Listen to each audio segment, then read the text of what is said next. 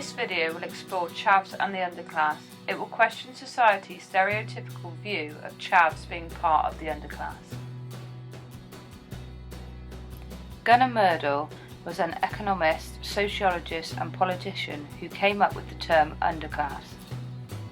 According to the Times newspaper in 1985, the underclass is the group which combines desolate living conditions and the lack of traditional bonds, even of class with low skills and hopeless employment prospects.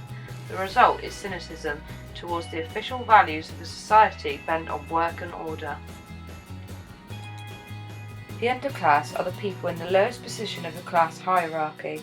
They are below the working class. They are the poor and unemployed who are unwilling to work, don't look for work and depend on welfare. The American sociologist Charles Murray applied the concept of the underclass to Britain in 1989. He didn't apply the term underclass to all poor people, only those with undesirable behaviour, drug taking, crime, illegitimacy, failure to hold down a job, truancy from school and casual violence. I'm talking about people who prey chronically on society, meaning habitual criminals. I mean people who are chronically dependent on society who are healthy and of working age. People who are living outside the mainstream of society. Murray argues that welfare dependency has encouraged the breakup of the nuclear family, household and socialisation into a county culture which devalues work, encourages dependency and or criminality. George Herbert Mead, an American sociologist, thought that people that were claiming benefits should give something back to society by working. Mead argues that not only is conditionality both generally popular and functional, but also that the imposition of compulsory work conditions for the recipients of state benefits effectively re-establish their right to be regarded as citizens. Murray and Mead's ideas were different about the underclass because Murray thought that benefits should be taken away altogether, and Mead thought that they should still receive benefits, but they should only receive them if they follow certain conditions which involved them working for their benefits to benefit society and themselves. An underclass. They became people on welfare dependency, people of intergenerational lack of jobs. Your parents didn't work, you didn't work, probably your kids won't work either. And that has become much more insidious. The way of dealing with the old working class was to give them more opportunities, more money to get on. How you deal with the underclass, we have no idea. So what we do is we herd them into reservations called sink council estates and just leave them there. I would like to leave this city. This old town don't smell too pretty, and I can feel the warning signs running around my mind. Communities that suffer most are the biggest victims of class war unleashed by Thatcherism. When Margaret Thatcher was Prime Minister, she dismantled trade unions and council housing, trashed many industries such as manufacturing and mining. Communities' values, solidarity and collective aspirations were shattered. She was much in favour of individualism. The political right associate the group with transgression, and the left political party look at them as victims. Dysfunctional families are being blamed for social problems, and the Tories are calling this broken Britain. ASPOs were introduced by New Labour. ASPOs have increased the bad reputation of young working class kids and popularised the Chav caricature. Oscar Lewis was an anthropologist who thought that poverty was a design for living, which is passed on through generations. He said that poverty as a design for living included three parts: individuals' feeling of marginality, families breaking down, and a lack of community.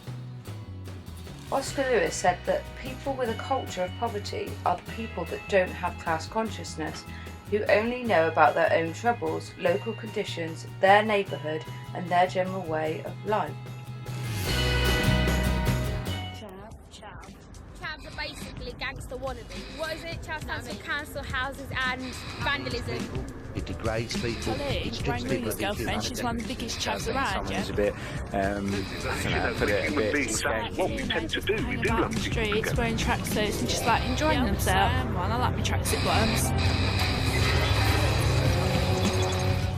The stereotype of a chav is that they wear fake designer clothing, branded sportswear, accessories, gold bling, Burberry caps, and are known for generally lacking success.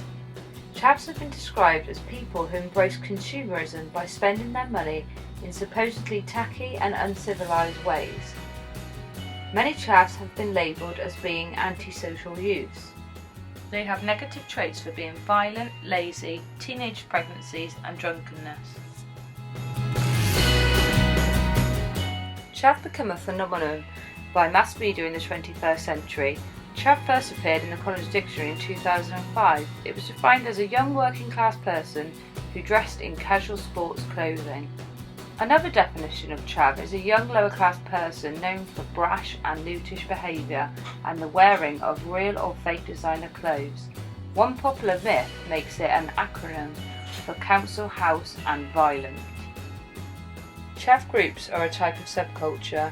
Merton's definition of subcultures is: a subculture is a group of people with a culture, whether distinct or hidden, which differentiates them from a larger culture to which they belong. Subcultures are at the heart of transgression. The factors that affect chav behaviour and can lead to transgressive acts. Unemployment.